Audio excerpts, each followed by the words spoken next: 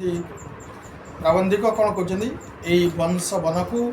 By हिल लोल दोहलाई समस्त अंचल को श्यामला कर टंकिल अनुकूल पथर कपिलास स्पर्श कर से कौन कहते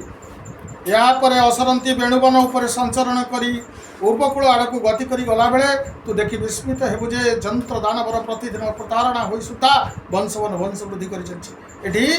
वेणुवन क्या कहुई वेणुवन माने बाउंश गछ को कहुई संबलपुर फेरला बेले प्रचुर भाव में जंगल में बाउंश गछ होता है तेणुक वेणु वेणु को संचरण करी अथवा विचरण करी उपकूल आड़ को गति कर उपकूल पड़े उपकूल अंचल क्या कहते पुरी नहीं कि गंजाम आमर जगतसिंहपुर केन्द्रापड़ा जाजपुर बालेश्वर एगुड़ा उपकूल अंचल यही आड़ को गति कर तू देखिए विस्मित हो जंत्र दानव मैंने ये कल कारखाना कथा कहुई कल कारखाना गुड़िक कौन कर से बाउंश को काटिकी नहीं लोक मैंने कौन कर कारखाना विभिन्न प्रकार कार्य लगाऊँ ता सत्वे भी तू तोर वंश वृद्धि कर चलीचु वंश वन वंश वृद्धि कर चली बानर बानरी क्रीड़ा तो होली कर आज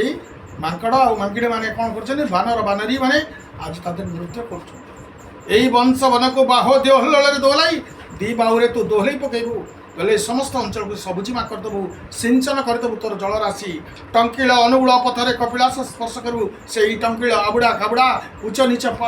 संकीर्ण पथरे जाई तू कौटी पहुँची जी अनुकूल में आसी पहुँची जाइए प्राबंधिक कहते से कपिलास को छुई चंद्रशेखर बाबा को छुईदेबू उपकूल में पहुँचवा आगु दूर सौदाभली देखी जानबू सौदाभली मैंने बड़ बड़ अट्टालिका बड़ बड़ कोठाघर धला कोठाघर से गुड़ा देखी जानबू जे यहीटा हूँ कटक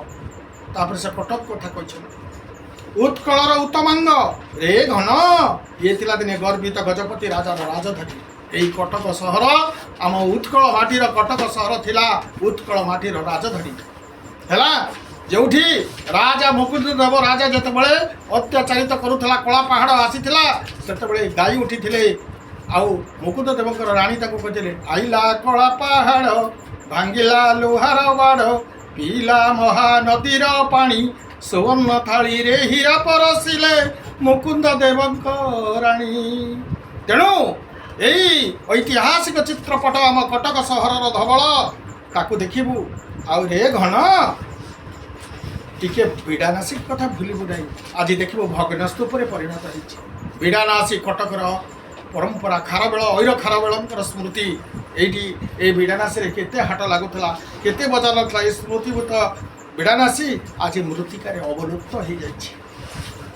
मात्र लुंठित बारवाटी स्फलित प्रस्थर स्मृति कीर्ति आज लगी रही मर्कत केसरी महाकीर्ति आज चित्रोत्पल मेखला आज सब आज बिली यहीटार है बहु कवि ज्ञानी गुणी कर्मी अल्प दिन भितर निज निजर कीर्ति उत्कल महानिशार उजागर रही ज्ञान दीपर आलोक जानी ये बड़ बड़ कलाकार जो माने संगीत निर्देशक कलार मौड़मणि जो माने कलाश्रेष्ठ जो माने अभिनेता ठारू आरंभ करी संगीतकार पर्यंत कीर्तिमान यही बारवाटीर दुर्गरे यही बारवाटी दुर्गर इंडोर स्टाडियम अच्छी आमर बतारे गड़चंडी अच्छी से माँ गड़चंडी पीठरे बसी गुणगान ये अक्षय महांती मोहम्मद महसिन बड़ बड़ कलाशिल्पी सुभाष दास है ना बड़ बड़ कलाकार बड़ बड़ राजा योद्धा समस्त ये हाट लगुला समस्ते ये निज निजर कीर्ति ज्ञान गुण को विकसित करुले उत्कलर महानिशारे उजागर रही ये से ज्ञानर दीप जलुले यही कामना करी तो कटक को टी श्यामल करदेबू रे घन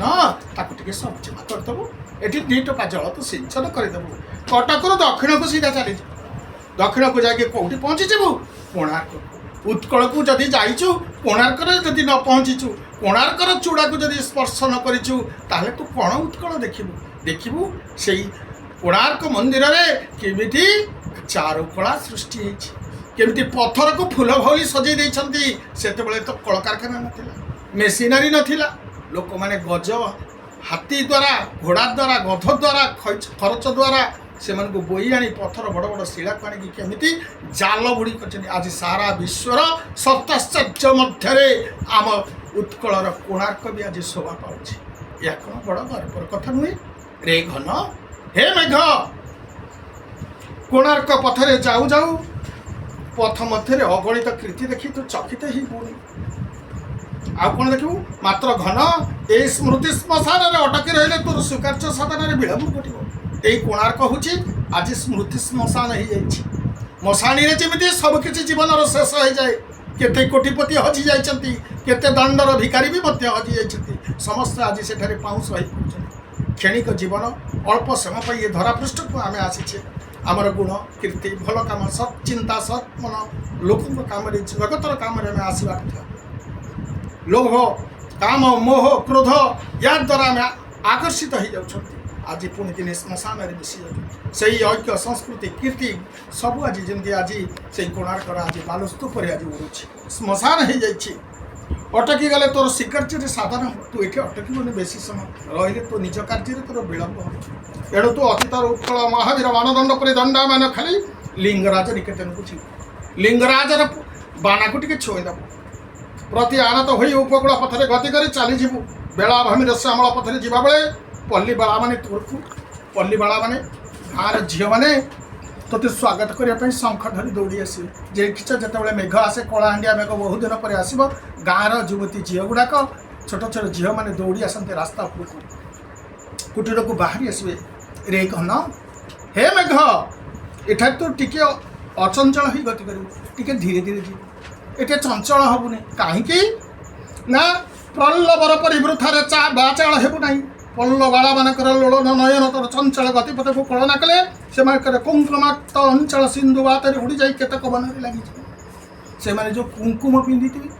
ଟିକିଲି ପିନ୍ଧିଥିବେ, ସିଏ ତାଙ୍କ ମଥାରୁ ଝରି ପଡ଼ିବ। ତୁ ଜୋରରେ ଯେତେବେଳେ ବର୍ଷା ହେଇକି ଯେତେବେଳେ ଗତି କରିବୁ ସେମାନେ ସବୁ ଭିଜିଯିବ। ସେଇ କୁଙ୍କୁମ ଗୁଡ଼ାକ ଝରି ପଡ଼ିବ, ଯାହାକି ବେତ ବନରେ ଲାଗିଯିବ, ସେ କେତକୀ ବନରେ ଲାଗିଯିବ। ତେଣୁ ଆଉ ବର୍ଷରେ ସେମାନଙ୍କ ପରିପୋଷକ ସ୍ଫୁଟିତ ହେଇଯିବ ତାଙ୍କ ଶରୀର।